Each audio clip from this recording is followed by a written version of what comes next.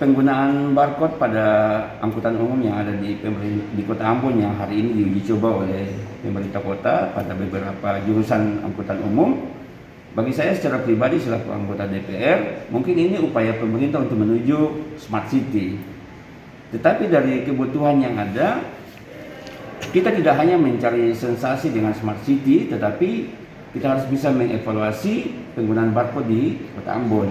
Berapa banyak masyarakat yang bisa menggunakan hal itu dan berapa banyak yang belum mampu.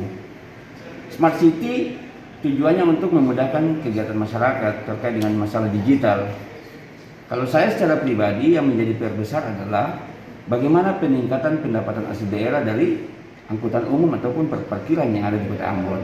Penggunaan barcode bisa dilakukan pada daerah-daerah sentra parkir yang ada di Kota Ambon. Saya selaku anggota DPR Komisi 3 yang bermitra dengan Dinas Perhubungan pun kita belum pernah sebenarnya rapat terkait dengan masalah barcode ini. Dan saya selaku anggota DPR tidak pernah tahu bahwa ada uji coba penggunaan barcode di mobil angkut yang harus dilakukan oleh Dinas Perhubungan dalam hal ini pemerintah kota. Ya. Akan langkah yang diambil komisi, Pak, selaku mitra? Kita kemarin memang ada beberapa kali keluar daerah. Pada saat itu diuji coba oleh pemerintah kota, kita lagi keluar.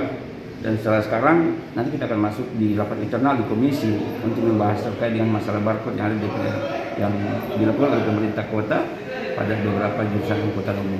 Apa setelah habis rapat internal, pihak komisi akan memanggil pihak umum? Kita akan mengundang Dinas Perhubungan untuk bisa memberikan informasi kepada kita tujuan dari penggunaan barcode ini untuk apa? Apakah untuk memudahkan masyarakat dengan tidak menggunakan uang cash, sistem digital? Tapi setoran ini kita juga bingung sebenarnya.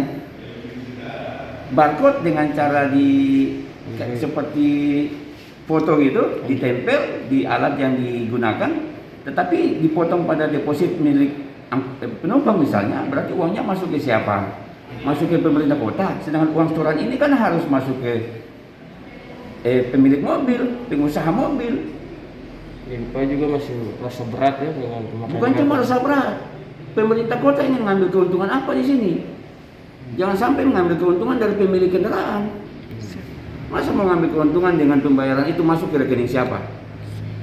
Terima kasih sudah nonton. Jangan lupa like, subscribe, dan share ya.